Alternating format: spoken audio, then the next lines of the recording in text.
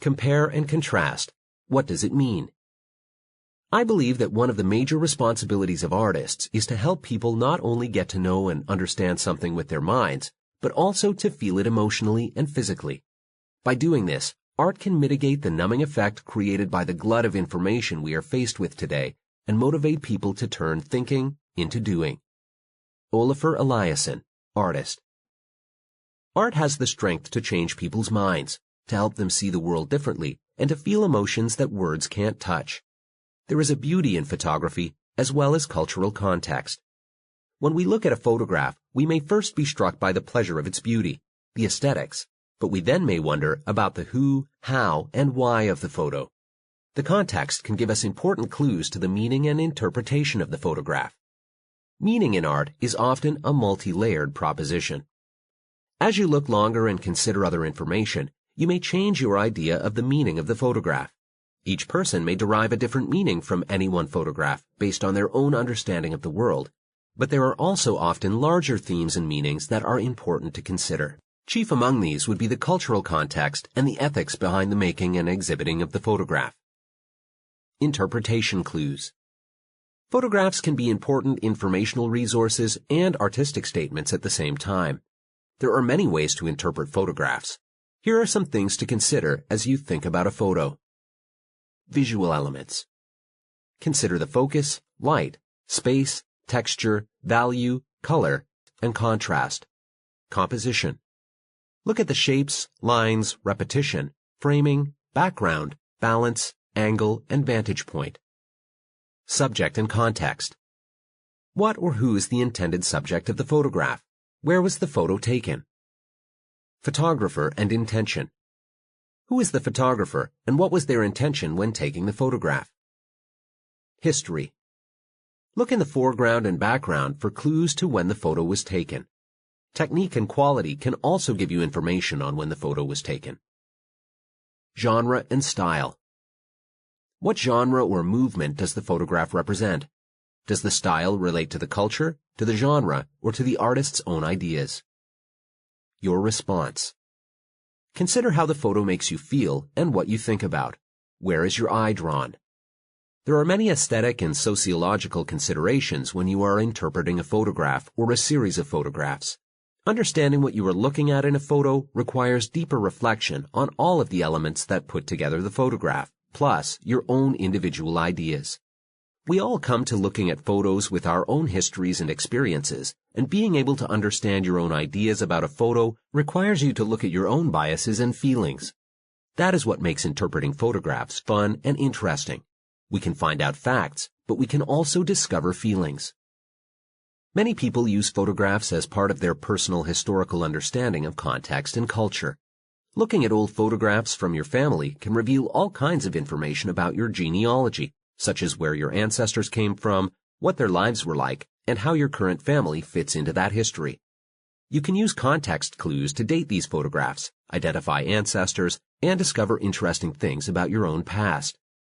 Similarly, historians, anthropologists, ethnographers, and others will look at photographs to understand things about the past or the current culture.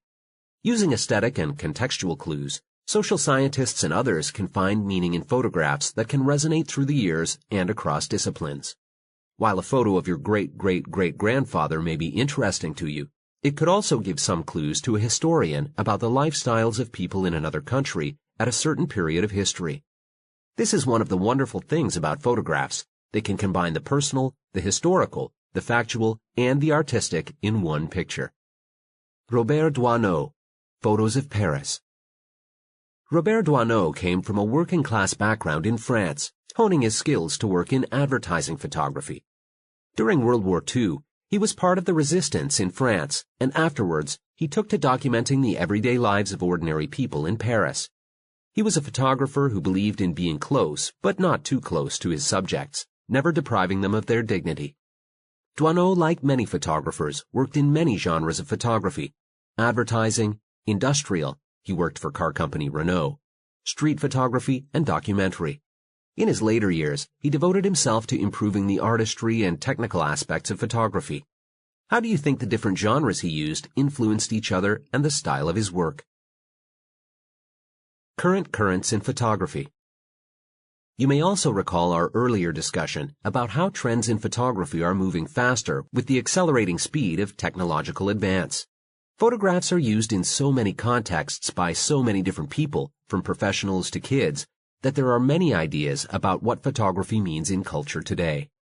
Photography is increasingly respected as an art form, yet it continues to be a major player in journalism, even with the gains in video technology. Something about the still image is compelling, in a different way than video, so it maintains its cachet as an important part of culture. Art photography has increasingly shifted to digital photography and the use of photo manipulation tools to create artistic effects. With the ability to exhibit photos online, photographic artists have less need to make prints, which can be expensive.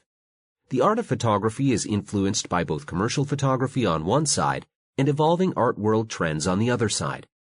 Other factors that influence art photography are journalism, social media usage of photography, and the advances in technology allowing more ways to express oneself in photographs. But the real trend in photographic art is that artistic vision matters, and each artist chooses their own path to success in communicating with an audience. Just as we can analyze historical photographs to understand history, we can analyze current photographs to understand things about how we live today. Research comparing Facebook profile photos from Westerners and East Asians has noted differences in the style and framing of these photos across cultures.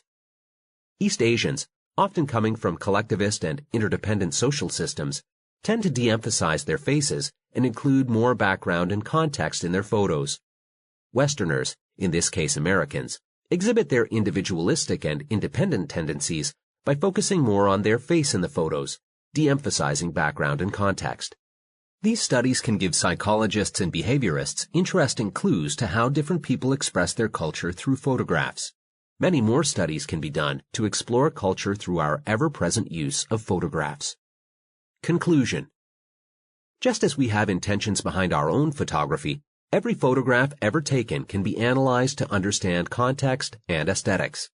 By examining photographs carefully, we can learn important things about cultures, photographers, history, and even our own emotions.